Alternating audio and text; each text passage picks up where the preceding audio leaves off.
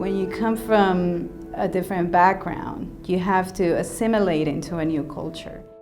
So if you think about the psychological development of an adolescent, all the other things that young people are facing, and you add this new process of acculturation and belonging, then it can feel really overwhelming. If you don't have the right support and guidance, a lot of things can go wrong. Claudia Espinosa moved to New York City from Cali, Colombia in 2000. Although having to adapt to a new culture and overcome many obstacles, she pulled it through. Currently, I am at NYU Steinhardt. I am getting my doctorate in education, and the goal is to graduate this May. Where I see myself is really using my talents, skills, and passion to make a huge impact in terms of the education that youth receive, but particularly young women receive in New York City. And I think that there are big gaps and there's still much more to do. And so I want to use this degree for that.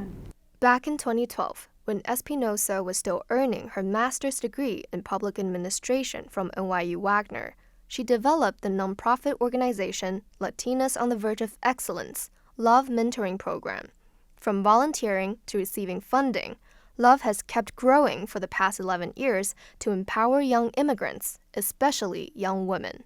We develop partnerships with public schools across NYC. We push into health education, and the goal there is to enhance the education that young women in particular receive in high schools, mostly related to mental health, reproductive health, college and career readiness. So on a weekly basis, we go to our partner schools, we teach an hour-long class that our program coordinators support us with. But the main component is mentorship. We recruit female college students that go to our partner schools and help facilitate the classes.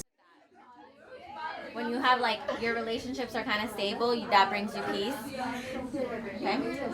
Yes. I'd say my pets. Your pets? Yeah. Okay, I love that. If I'm with them, there's no reason to be upset because I have my pets. So I'm just like, oh, chill. My favorite thing about teaching, especially in this school, is just how smart the young girls are. I love kind of having these intellectual conversations with them, talking to them about these complex issues and seeing really what they kind of shift in my perspective too. I think it's extremely powerful, and I think I also get to know different cultures, in our backgrounds, how what our culture affects how we view things. It really is such a diverse experience.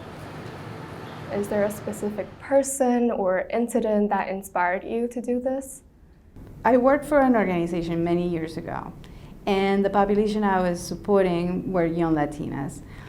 They started a program because young Latinas in New York City have the highest suicide attempts. They moved here, maybe without families, without speaking the language. Thinking or feeling, am I going to be able to do this, can make you think many things. It can lead you to depression, can lead you to feeling hopeless. According to new CDC data released on February 13, 2023, nearly 3 in 5 U.S. teenage girls felt persistently sad or hopeless in 2021, representing a nearly 60% increase and the highest level reported over the past decade.